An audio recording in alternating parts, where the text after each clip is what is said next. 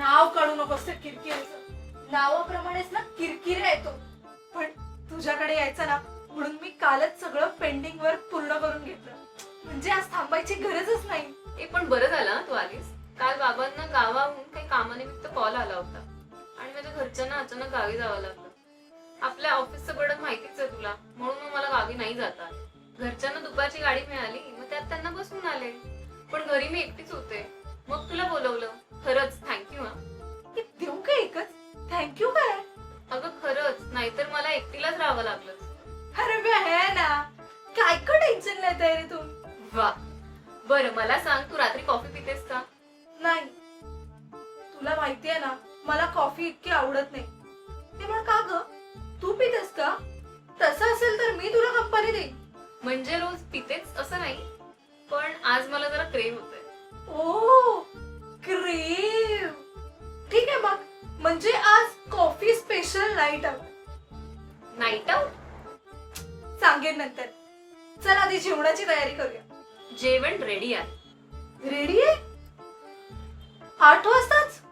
हो, आम्ही लवकरच जेवतो. चिनूला आणि मला लवकर उठायचं असतं ना, सवयच लागली आहे. तुला चालेल ना? अरे चालेल काय विचारतेस, धावेल, पण तासाभर. वाह ती यार, काय चव आहे तुझ्या हातच्या जेवणाला. वा वा वा. अगं साधंच तर केलेलं पिठलं भाकरी. हे साधं आहे, ही तर माझी सगळ्यात आवडती डिश आहे.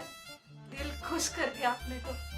अरे खरंच, म्हणजे माझ्याही घरी बनत आहे, पण ना आई कधीतरीच बनवते. मग तू बनवत जा.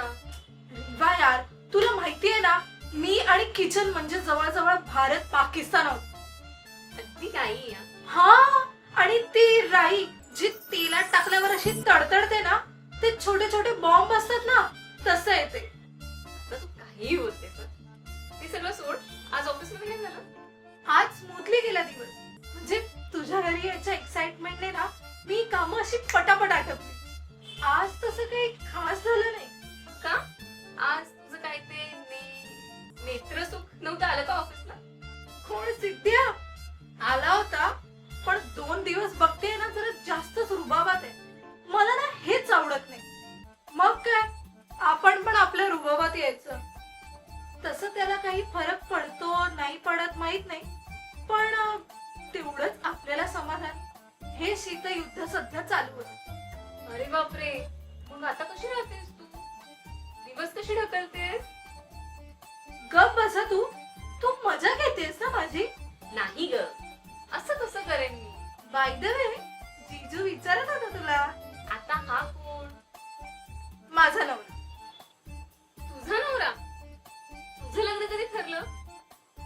आणि तू तुझ्या नवऱ्याला जिजू बोलतेस? अगं ए मंद, मी माझ्या नवऱ्याला जीजू का बोलेन?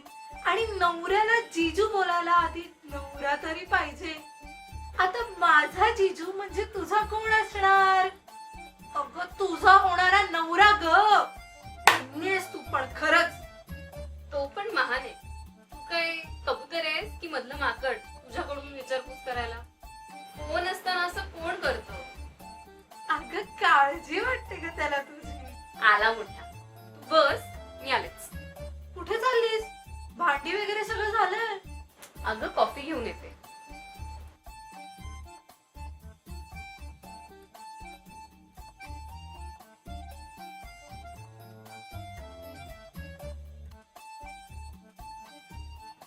एक तू आता ते किरकिरीने दिलेलं काम करतेस? मला वेळ लागलाय. मग काय लिहितेस? नाही. वा, मला वाटलं पाटी लिहितेस. अगं मी काय लिहिते हे विचारलं, कशावर लिहिते हे नाही विचारलं. अगं लोक डायरी लिहितात माहितीये? स्वतःची अशी डायरी रोजनिशी, माहितीये का? ओ तसं होय. ए पण ते सगळं आता नको. मी ठरवून आलेले आपण मस्त नाईट आउट करायचं. बरी आहेस ना तू? आज मी सुट्टी घेतली, पण उद्या मला यायचंय ऑफिसला. अरे तुझी कॉफी संपली पण? चला मग झोपा आता गपचूप. ए झोपा काय झोपा, मी आजच आलीये तुझ्याकडे, रोज रोज नाही येत. आणि मी किती छान मस्त प्लॅनिंग करून आलेली. छान नाईट आउट करायचं, गेम खेळायचे. बरं गेम्स नाही तर निदान गप्पा तरी मारू. तू खरंच लहान आहेस सुमे. पण आता झोपायचंय, कळलं?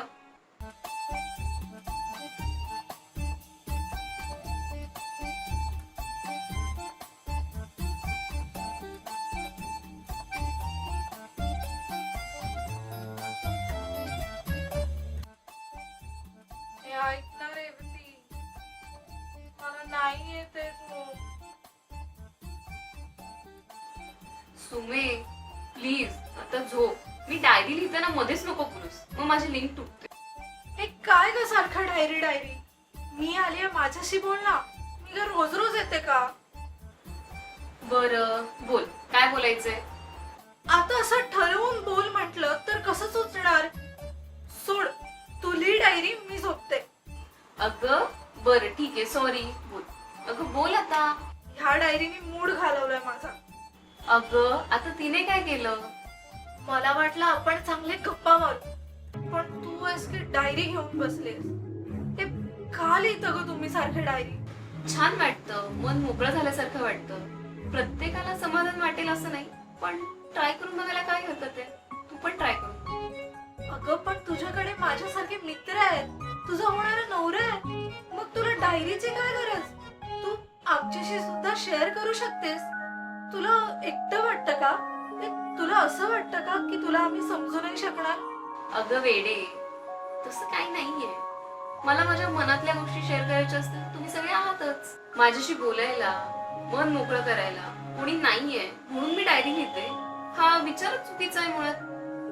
अगं मग का लिहितेस डायरी? तू जळतेस का माझ्या डायरीवर?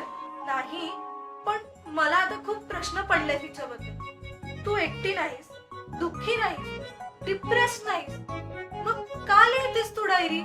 मुळात माणूस दुःखी असेल, डिप्रेस्ड असेल किंवा एकटा पडला असेल तरच डायरी लिहितो, असं काही नाहीये. तुला माहितीये शाळेत आपल्याला लहानपणी वेगवेगळे छंद जोपासायला सांगायचे. मग कोण नाणी जपून ठेव, पेपराची कात्रणं, बाटलीचे झाकण, अशा वेगवेगळ्या गोष्टी जमवायच्या मागे असायचं. हा माहितीये, मी सुद्धा करायचे. पण त्याचा इथे काय संबंध?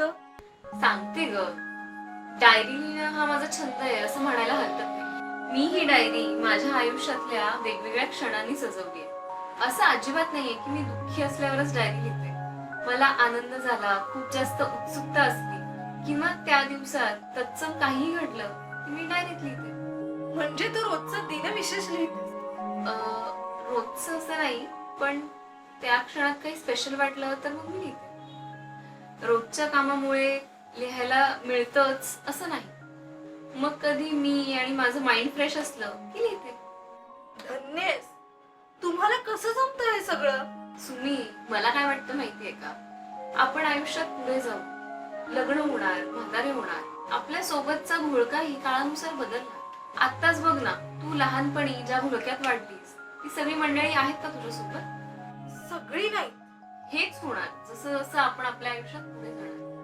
भविष्यात आपल्यासोबत कोण असणार, कोण नसणार हे आपल्याला नाही माहित. पण या डायरी मध्ये प्रत्येकाच्या काही ना काही आठवणी आहेत. ती विचार करतेस तू रेवती? या सगळ्याचा इतका खोलवर विचार मी कधीच केला नव्हता. तू जे काही म्हणालीस ना ते अगदी मनापासून पटलंय मला. मी सुद्धा नक्की हे ट्राय करणार. अरे वा, करा करा, ट्राय करा. आता तरी लिहून देशील का? Permission granted. तू म्हणालीस की तुझ्याकडे प्रत्येकाच्या काही ना काहीतरी आठवणी आहेत. माझी काय आठवण आहे? दाखव. ही अशी दुसऱ्याची डायरी वाचायची नसते. दाखव. अगं